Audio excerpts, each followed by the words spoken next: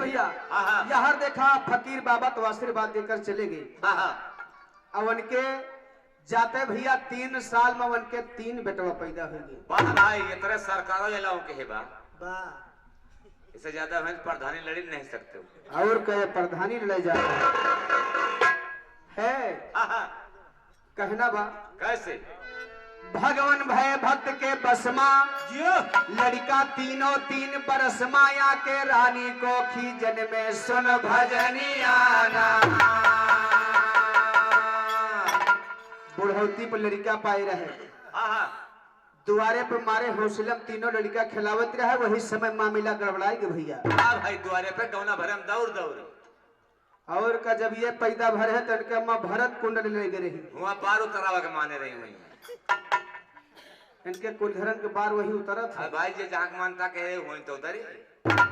अच्छा लेकिन अपने द्वार पे खिलावत बात खिलावत कैसे बा कैसे अरे ये कवा परे परे पर गावे और ये कवा खड़े खड़े पे धावे और ये कवा गोदी माँ खिलावे लेके रानिया ना ये कवा गोदी माँ खिलावे लेके रानिया ना ये कवा गोदी माँ खिलावे लेके रानिया ना ये कवा गोदी माँ खिलावे लेके रानिया ना ये कवा गोदी माँ खिलावे लेके रानिया ना ये कवा गोदी माँ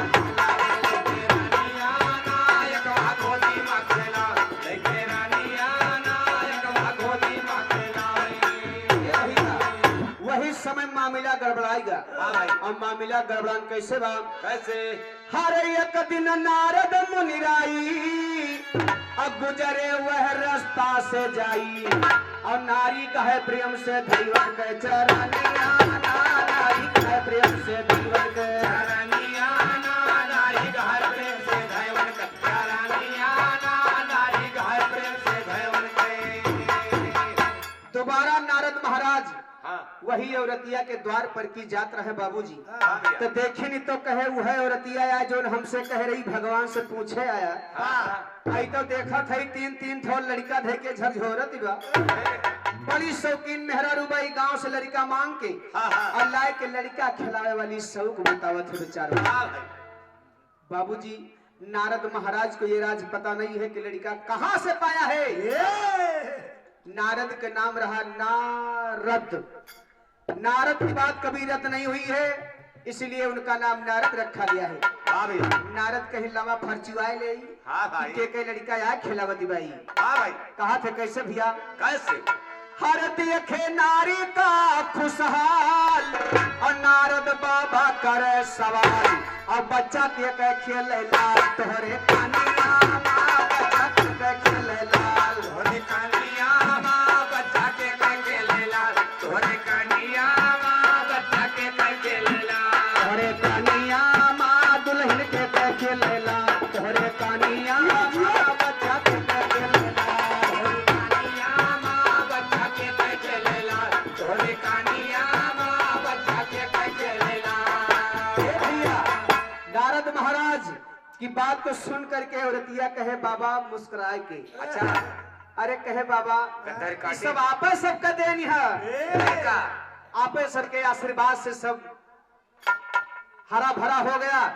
लेकिन बतावत है कैसे अरे नारी कहे दया से तोहरे भैले 3 पुत्र अब हमारे अयकवा गोदी अकवा पहिरे यगदालानी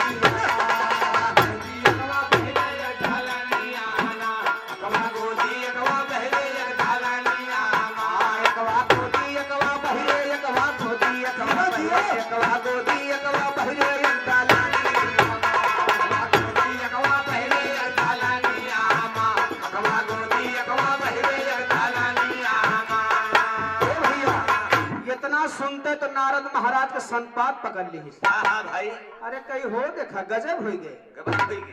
हम विष्णु भगवान से पूछे गए तो विष्णु भगवान ने जवाब दे दिया कि उसके कोई औलाद नहीं लिखा है और हमारे उतर 3 बेटवा ढकेले बैठे उनके देख ला बौराहू का कहे मतलब बिचवा में हम ही के बेवकूफ बनाई आज जब 3 बेटवा दिए कर रहा 3 ठो तो हम ही से बताए दे होते तो का दिक्कत रही। नारद जी क्रोध में आ गए विष्णु भगवान के पास रवाना होंगे। कैसे भैया? कैसे? अरे पहुंचे हैं बैकुंठ मझारी और जाके विष्णु का फटकारी और तोहरी छूटे ना लाबारी बेईमानिया ना तोहरी छूटे ना लाबारी बेईमानिया ना तोरी छूटे ना लाबारी बेईमानिया ना तोरी छूटे ना लाबारी बेईमानिया ना तोहरी छूटे ना लाबारी बेईमानिया ना तोहरी छूटे ना बेईमानिया ना तोरी छूटे ना लाबारी बेईमानिया ना तोरी छूटे ना लाबारी। ए भैया हाँ। विष्णु भगवान नारद जी से कहे कि नारद कौन लबारी बेईमानी हम कह दे। भाई नारद जी कहे बोले ना बस इज्जत यही बा। बनमन सिंह बनमन सिंह बनमनसी नहीं भलमनसी। अच्छा अच्छा मैंने बनमन सिंह कहा। ए भैया हाँ। लेकिन देखा बतावत है का कैसे? हर जेह का बांझी बताया मुझको अदीना 3 पुत्र तुम उसको और हमको समझ लिया है बिल्कुल अब नादानी आना। समझ लिया है बिल्कुल अब नादानी आना हमारा समझ लिया है बिल्कुल अब नादानी आना हमका समझ लिया है बिल्कुल हमका समझ लिया है बिल्कुल हमका समझ लिया है बिल्कुल अब नादानी आना। समझ लिया है बिल्कुल अब नादानी आना हमका समझ लिया है बिल्कुल अब नादानी आना। ए भैया विष्णु भगवान ने नारद से कहा कि नारद वाह काहे नाराज होएगा है मैंने उसे औलाद नहीं दिया है। वाह भाई विष्णु भगवान से नारद जवाब देता है कैसे? कैसे?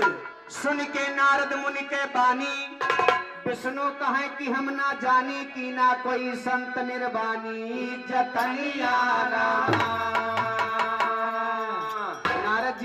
नारद जी से विष्णु भगवान कहे कि नारद अरे कौनो संत महात्मा की देन हुए 3 बेटवा पाए गए बा।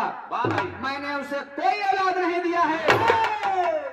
अब इतना सुनते नारद महाराज और खजम जाएगी। वाह भाई अरे कहे प्रभु जी कौन सा ऐसा संत ब्रह्मांड में पैदा हो गया है जो भगवान के लिखी हुई बात को काट दिया।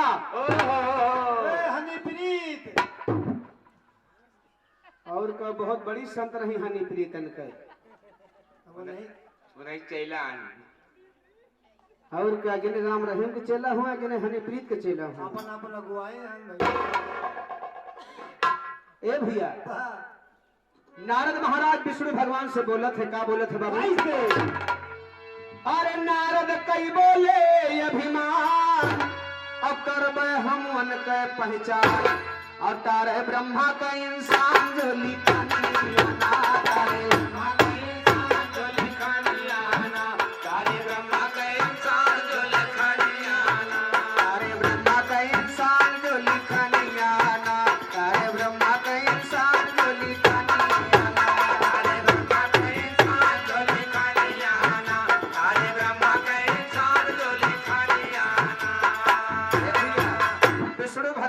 से कहें तोहार उम्र बीत जे तब न पता लगा पौबा।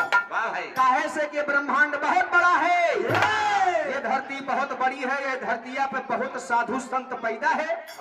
तू कैसे कैसे जाए के पूछबा की बांझ औरत के लड़का दे है। नारद महाराज के इहो खैर सही बताया, लेकिन नारद महाराज बड़ा चतुर चालाक कहीं लावा या नहीं से तरकीबों पूछ ले कैसे पता लगे। विष्णु भगवान से कहे प्रभु कोनो उपाय बता दे कि पता चल जाए दर्शन हमहू पाए जाइए। विष्णु भगवान कहे नारद बड़ा चालाक है तुम्हें बता देते का। अरे छुरी और कटोरा लाई अदीना नारद कहे थमाई और बोले खून मांग के लैयावा मांगानिया ना बोले खून मांग के लैयावा मांगानिया ना बोले खून मांग के लैयावा मांगानिया ना बोले खून मांग के लैयावा। भैया विष्णु भगवान एक चाकू और एक कटोरा नारद जी को दे दिए, कहे जाओ ब्रह्मांड में भ्रमण करो। जो संत अपना कलेजा काट के कटोरा खून से भर दे वही संत का जान ले बांझ औरत के लड़का देगा। अब नारद महाराज बहरिया थे, लेकिन कैसे कैसे हर सच्चा संत अगर जो होगा फौरन काट कलेजा देगा, अखोरा खूनों से भरेगा बोचा कानिया खोरा खूनों से बोचा कानिया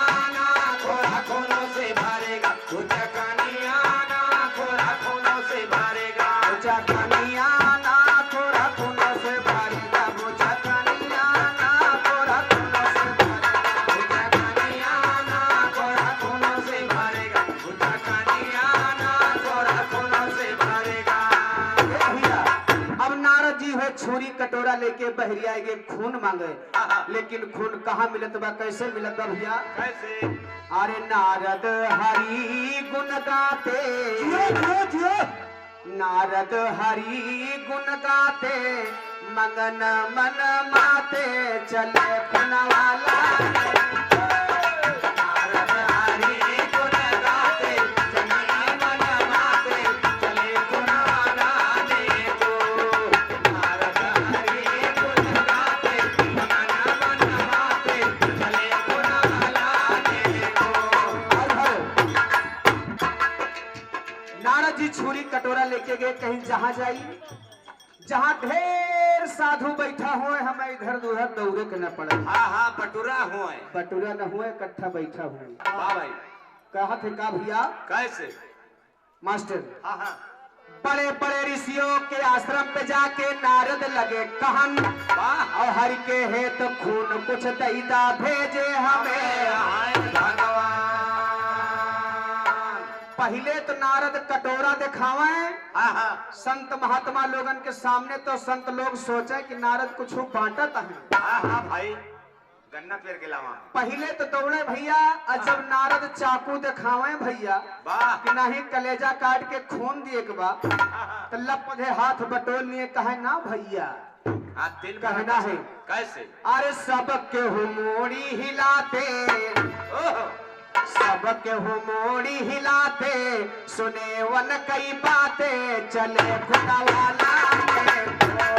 सबके हो मोड़ी हिलाते, सुने वन कई बातें, चले खुदा वाला देखो। सबके हो मोड़ी हिलाते, सुने वन कई बातें, चले खुदा वाला देखो। सभी संत लोग इनकार कर दिए कि मैं अपना कलेजा काट के खून नहीं दे पाऊंगा। नारद महाराज के खैहा सन्यासे के मोल ले है। वाह भाई। अब केहू अपन कलेजा न काट पाए, केहू अपन जीव न गवाए पाए।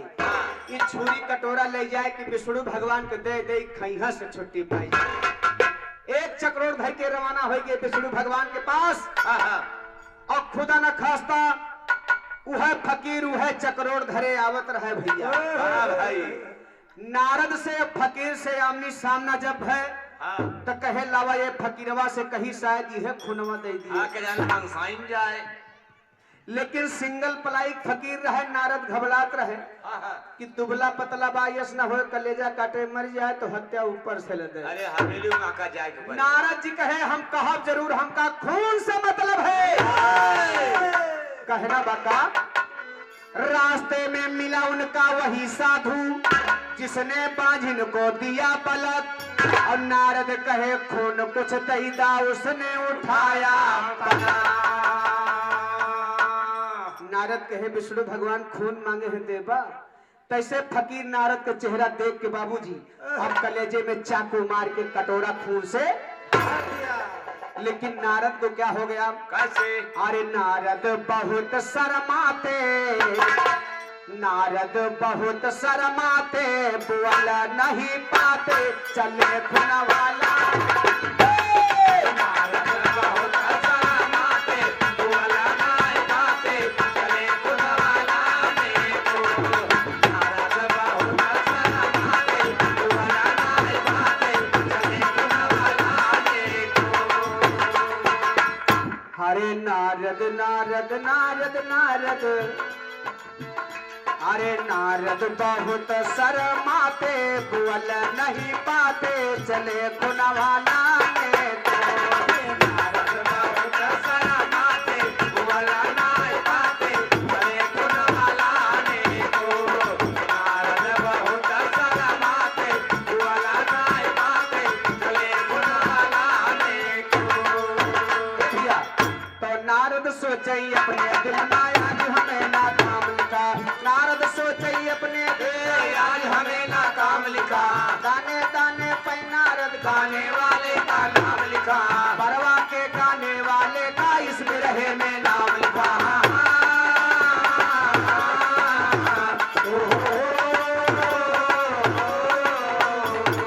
परवा के गाने वाले का इस बिरहे में नाम लिखा। नंदलाल का भजन का ढोलिया राज का नाम लिखा, सवैया हर पाल का गई है ये तो नमक हराम लिखा।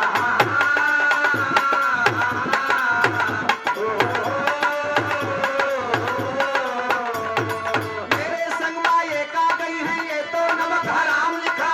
जैसे रंडी के बेटा के आगे भाग तमाम लिखा।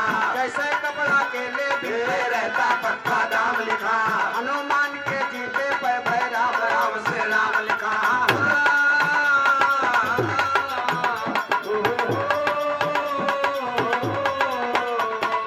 हनुमान के जीते पे भय राम राम से राम लिखा। बुद्ध फाड़ के दिखलाया तब देखे लोग तमाम लिखा। साथियों के जीते पे भय सरस्वती का नाम।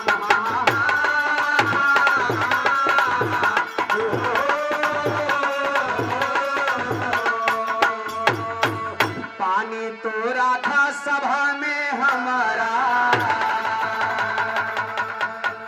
अरे पाई के साधु के प्रसाद। अबला नारी भाई आबाद औलाद। और चांद सा चमका जगत में चेहरा।